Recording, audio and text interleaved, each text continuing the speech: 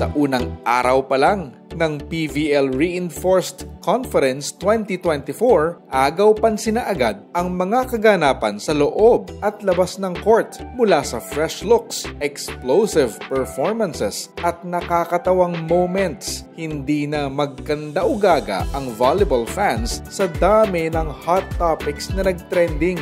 Kung gusto mong maging updated at aliwin ang iyong sarili, tara't balikan natin ang mga pinakamainit na pangyayari sa day 1 ng conference na ito. Unang-una sa ating listahan ang bagong haircut at red hair color ni Ara Galang. Parang cherry on top ng bini. Ang bagong hairdo ni Ara ay hindi lang agaw pansin, kundi isang statement na ready na siyang dominahin ang season na ito. Marami ang wow at nag-comment na bagay kay Ara ang kanyang fierce look. Tila isang bagong chapter ito para kay Ara at excited ang lahat na makita ang kanyang galawan sa court.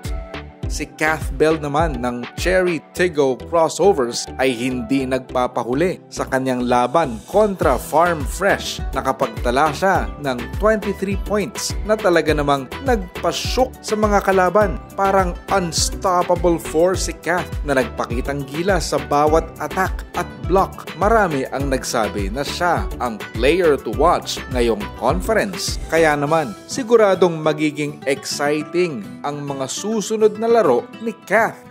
Hindi rin matatawaran ang performance ni Elena Samoylenko ng PLDT High Speed Hitters sa kanilang laban kontra Creamline. Umiskor si Samoylenko ng 34 points na talagang nagpatumba sa Creamline. Ang kanyang explosiveness at consistency sa bawat set ay nagpakita kung gaano siya kahalaga sa kanyang team. Marami ang nagulat at humanga sa kanyang performance. Kaya naman, abangan pa natin ang kanyang mga susunod na laro.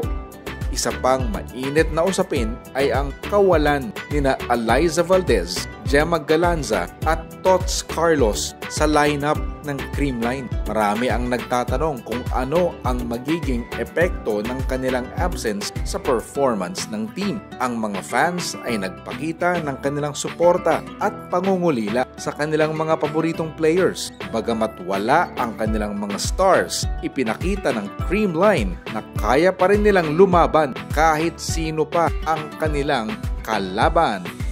Hindi rin pinalampas ng mga fans ang cute na presence ni Coach Sato ng Farm Fresh. Bukod sa kanyang husay bilang coach, agaw pansin din ang kanyang charming looks na talagang kinagiliwan ng mga manonood. Marami ang nag-post ng kanilang admiration kay Coach Sato at nag-trending agad siya sa social media. Sino ba naman ang hindi magpapahuli sa ganitong klaseng cuteness overload?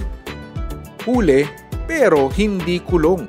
Yan ang sabi ng mga fans sa funny moment ni Michelle Gumabaw ng Creamline. Sa isang crucial moment ng game, accidental na ang kanyang hinaharap ang nag-touch sa net at nagdulot ng tawa at aliw sa mga nanonood. Marami ang nag-comment na sana all MG gifted at naging instant viral hit ang clip na ito.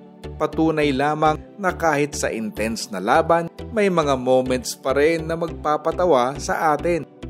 Sa unang araw pa lang ng PVL Reinforced Conference 2024, puno na agad ng excitement at mga usaping hindi dapat palampasin, mula sa mga bagong looks at standout performances hanggang sa mga funny moments. Talaga namang nag-uumapaw ang saya at thrill sa bawat laban. Abangan pa natin ang mga susunod na pasabog at makiride sa excitement ng volleyball season na ito.